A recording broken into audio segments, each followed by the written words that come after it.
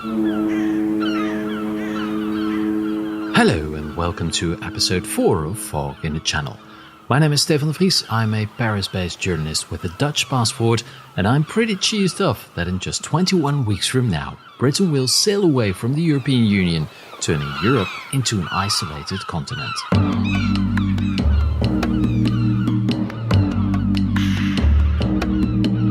In this episode, there is fog in the Channel, of course, but there is also a lot of mist hanging above the Atlantic Ocean. Many Americans have no idea what's actually going on with Brexit. Now we discuss that with Amanda Sloat of the Brookings Institution in Washington, D.C.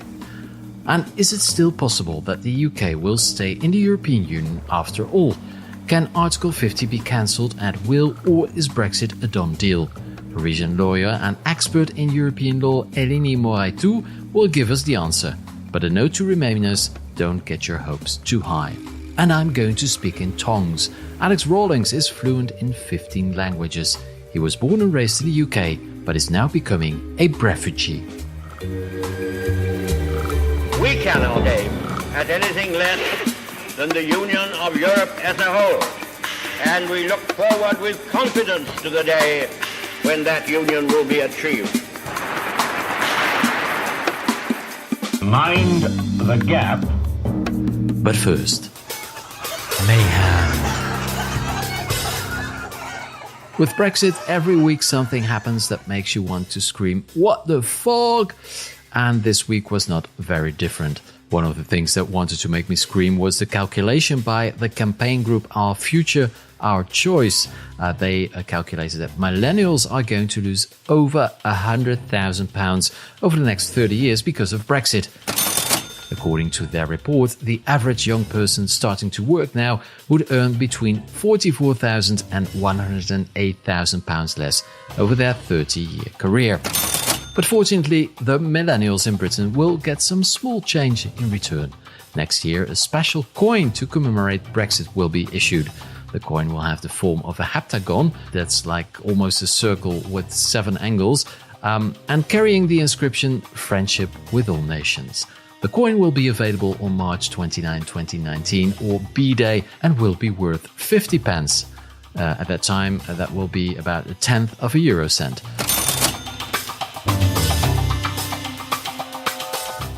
Dutch King Willem-Alexander brought an official state visit to his distant cousin, Queen Elizabeth II. During the state dinner, he said the following thing about Brexit. As Europeans, it therefore saddens us that the United Kingdom has decided to leave the European Union.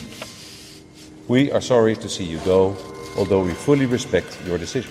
He didn't go much further. It had to stay cordial, of course, but he could have proposed some kind of solution for a Brexit deal, and that would not be the first time the Dutch royals would save the Brits. In 1689, one of the current Dutch king's forefathers, William III, invaded Britain, and on the beach of Brixham in Devon, he declared himself King of England. In my rare spare time, I tend to zap the parliamentary channels in Europe, like LCP in France or BBC Parliament, and this week I stumbled upon this most surreal dialogue. It's the House of Commons committee questioning Immigration Minister on Government Shauna Dunn on preparations for a no-deal Brexit. The committee is chaired by Labour MP Yvette Cooper, and as she was listening to what the minister said, she got completely lost and lost a bit of her temper as well. In terms of We've only got 5 months left. If there is no deal, surely you will have done, surely it was only one of the top priorities to do a security assessment of what the consequences are of no deal at the border.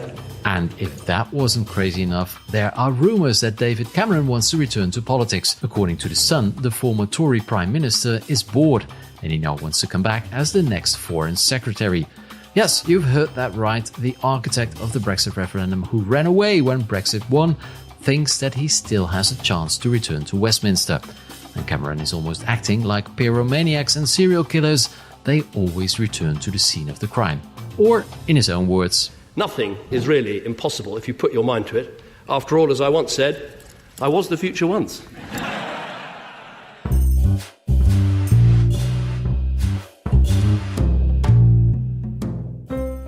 Now let's cross the pond and go to the US of A. Brexit is not on top of mind of the Americans. Not surprisingly, they have, of course, their own issues to deal with. Some Americans, however, are interested in what's happening with their former colonizer on the other side of the Atlantic Ocean, and one of them is Amanda Sloat. She's a senior fellow at the Brookings Institution in Washington, D.C. She's also former Deputy Assistant Secretary at the U.S. State Department and an expert on British politics, the European Union's foreign policy and transatlantic relations. An impressive CV. Welcome, Amanda. The reason I invited you is the publication of your report, Divided Kingdom, How Brexit is Remaking the UK's Constitutional Order.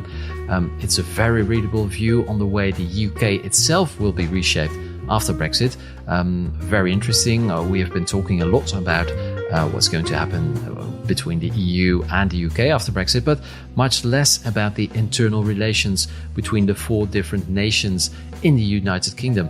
Now, Amanda, you are writing that Brexit threatens the UK's constitutional structure. How so? Well, thank you very much for the invitation to join your discussion here. What I look at in my paper and what I've been most interested in is how Brexit is impacting Northern Ireland and Scotland. To start with Northern Ireland, it certainly has gotten a lot more discussion within the European media, given that Northern Ireland and the question of the Irish border could in fact be the reason that a Brexit deal is not actually concluded. And the great tragedy of this debate is that it's really destabilizing politics in Northern Ireland. Northern Ireland has been without an assembly for over 500 days, certainly longer than the Belgian government was out of operation. It collapsed initially in January 2017 because of a domestic political scandal, but because of a lot of the politics around Brexit, it has been impossible to reconstitute. So at a moment when so much of the Brexit debate is focusing on Northern Ireland, it's particularly tragic that Northern Ireland does not itself have a voice in this debate. And the beauty of the Good Friday Agreement was that it really removed the constitutional question from politics. And what Brexit is doing is bringing back all of these questions of identity, of the constitution, of which country people belong to, of how they want their governance to be structured. And this is extremely destabilizing for the people in Northern Ireland. The other issue on the constitutional side has to do with Scotland and to an extent Wales and Northern Ireland, which is that when the UK joined the European Union, it was pre-devolution. Devolution happened in 1997. It was one of the flagship projects of Tony Blair when he became prime minister, and power was devolved to the constituent parts of the UK. This, of course, happened in the context of Brexit. And if you look at the way the Scotland Act was written, it says that a number of powers are reserved to Westminster, things like foreign affairs, trade and defense, and everything else is devolved. So the question has arisen now that the UK is leaving the EU and these policy competences are coming from the EU back to the UK. Which level of government gets these policy competences? Scotland is arguing that things like environment, fisheries, and agriculture should come to Scotland, which is in line with the Scotland Act, that they were not reserved to Westminster. And the British government is taking the position that there needs to be a single market in the UK on things like agriculture and fisheries, and therefore those powers should reside in London.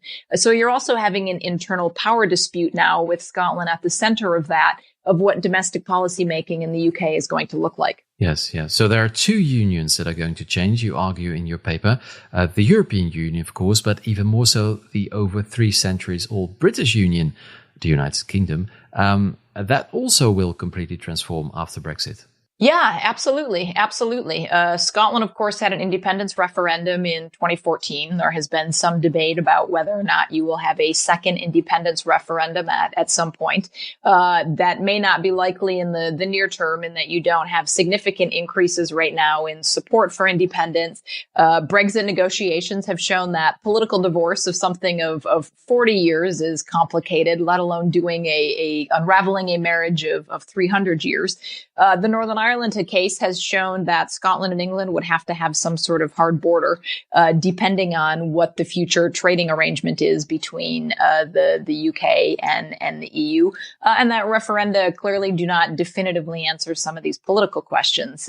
So you could potentially have future independence referendum in Scotland. There have been questions raised about, what the future status of Northern Ireland is going to be, as Sinn Féin certainly has renewed calls for a border poll, and whether or not to reopen this question of the reunification of Ireland, which again, I think is some years off, but is playing into domestic politics there.